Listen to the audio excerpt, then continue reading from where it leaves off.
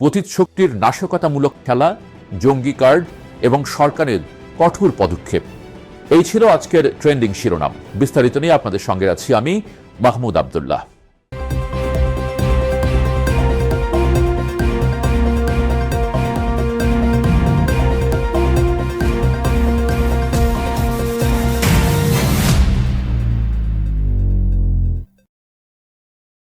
গত জুলাই মাসে Motijheel metro rail স্টেশনের নিচে এবং ৩০ জুলাই আশুলিয়ার খেজুর বাগান এলাকায় দুটি প্রাণঘাতী আইইডি উদ্ধার হয়েছে।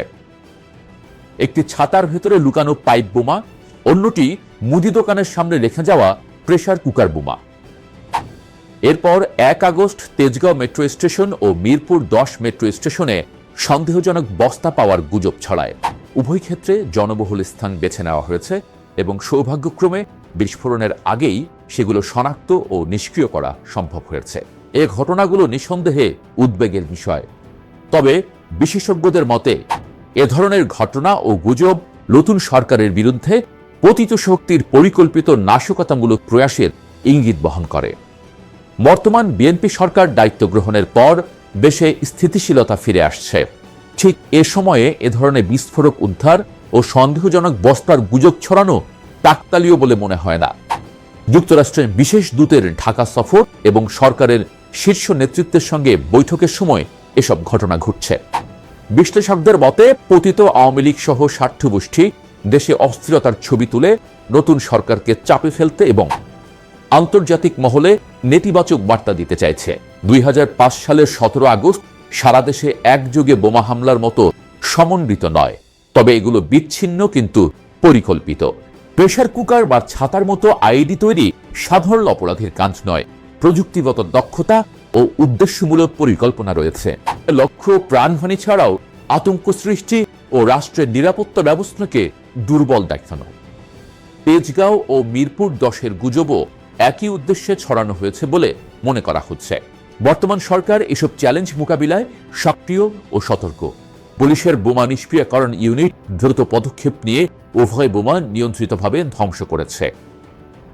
মেট্রো স্টেশনগুলোতেও নিরাপত্তা জোরদার করা হয়েছে এবং গুজবের বিষয়ে তদন্ত চলছে। জনগণের নিরাপত্তা নিশ্চিত করতে আইন শৃঙ্খলা বাহিনী সর্বত্র তৎপর। বিশেষজ্ঞদের মতে সরকারের দ্রুত ও স্বচ্ছ তদন্ত প্রক্রিয়া চলমান, যা দায়ীদের শনাক্ত করে জবাবদিহি নিশ্চিত করবে। এতে জনমনে আস্থা আরও বাড়বে এবং অস্থিরতা সৃষ্টির চেষ্টা ব্যর্থ হবে। ফ্যাসিস্ট শক্তির পুরনো জঙ্গি কার্ড আর কতদিন চলবে সে প্রশ্ন এখন জোরালো। সরকার জাতীয় স্বার্থ ও জননিরাপত্তাকে সর্বোচ্চ অগ্রাধিকার দিয়ে এগিয়ে যাচ্ছে। কোনো রাজনৈতিক শক্তি বা স্বার্থগোষ্ঠী পরিস্থিতি ঘোলাটে করে জনগণের মধ্যে অবিশ্বাস তৈরি করতে চাইলেও সরকারের এনু অবস্থান তা প্রতিহত করবে। আইন শৃঙ্খলা পরিস্থিতি নিয়ন্ত্রণে রয়েছে এবং জনগণের সহায়তায় আরও শক্তিশালী হচ্ছে। সার্বিকভাবে এ ধরনের নাশকতামূলক প্রয়াস ও গুজব সরকারের সফলতায় বাধা দিতে পারবে না।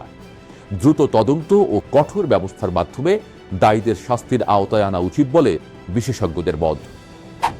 দেশের স্থিতিশীলতা ও উন্নয়ন অগ্রযাত্রা অব্যাহত রাখতে সরকারের সতর্ক প্রহরাই এখন সবচেয়ে বড় শক্তি। আজ এ পর্যন্তই। আগামী পর্বে নতুন কোনো বিষয় নিয়ে আবারও হাজির হব। সে পর্যন্ত ভালো থাকুন, সুস্থ থাকুন।